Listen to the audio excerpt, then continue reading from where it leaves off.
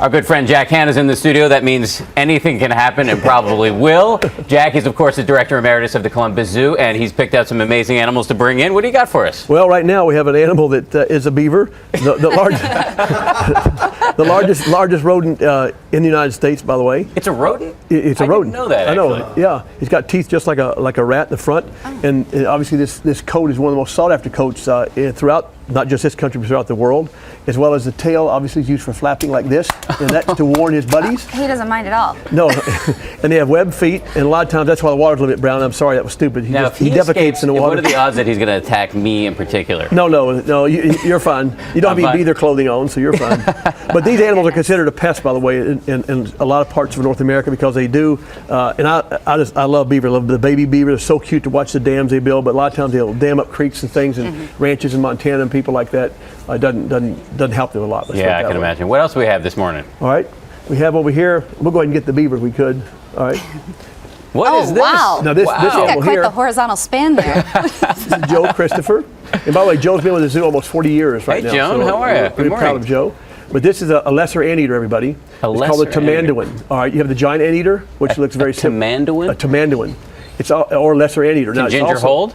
Now, can you? Well, his claws. You see these claws right here? Yeah. If he's capable, if he really got you, he could break your finger. Notice how Oh my I gave you goodness, the yeah, I'm good. tamanduan? Can I pet him at least? Yeah. Okay, He has I'll no pet him. teeth, by the way. You can pet him. You smell the odor. You smell it? Now, I have to hit you right. Now, I saw your face. when we're in the jungles in Central South America, like we were last year, you can smell this animal miles away. Really? It's called the stinker of the forest. Right here's a prehensile tail. Lives in trees. The giant anteater lives on the ground. From Brazil, the giant anteater is this big, that big, huge. And those giant anteater claws, like this one here, they get in to eat the ants. His tongue is about 6 inches long. This one here, they can eat up. They say up to 10,000 termites an hour. What's the purpose of the smell? The smell is to locate each other, or also it's to deter maybe a predator, because once he excretes the smell even more, it's worse than anything a skunk you can ever imagine. All right, Stinky, goodbye. Yes. Don't want my what dog to else be do we got sprayed by here you. this morning? Thank you, Joe. This right here is a beautiful creature. This here. is incredible. Thank you, Look Julie. at that. Beautiful. This is Susie Rapp. Hey, and my I know daughter- Susie. And my daughter Julie, Hey, how are you? and they help raise these animals. You don't want to drink Oh, that. no. There was a That was baby a- beaver in He's there who fine. might have gone to the He's bathroom. fine. So. These are the baby lynxes, Lynxes? right?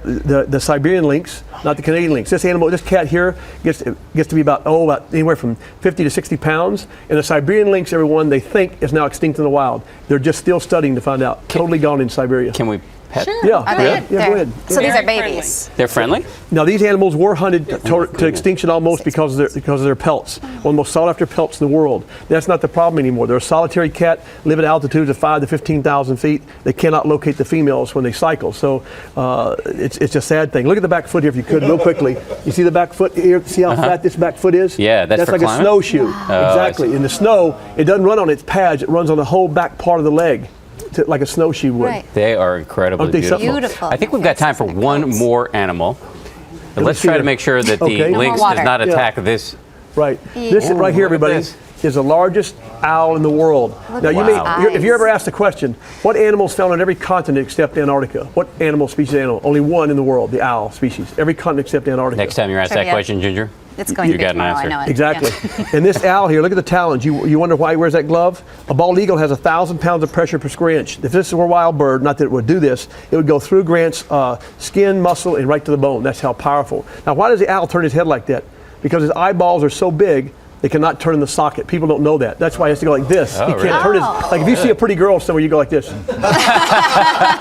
how I do my eyes? So just like this, he can see me. Yeah, so he has to move his whole head. Hey. Plus they hunt with echolocation. They can hunt in total darkness without ever seeing anything. They just by hearing and stuff. And this Jack. owl is 11, I read? Yeah, this is the largest owl in the world, by the way, the Eurasian eagle owl. Unbelievably beautiful. Jack, it's always great having you on. Thank you very thank you all. much. Come up from Columbus anytime you want. It's a pleasure to have you on. I'll do it. Merry Christmas. Thank you to you All right. too. We should say that Jack Hanna's Wild Countdown is on Saturdays on most ABC stations. I'm sorry if you don't get it. You should. It's a great show.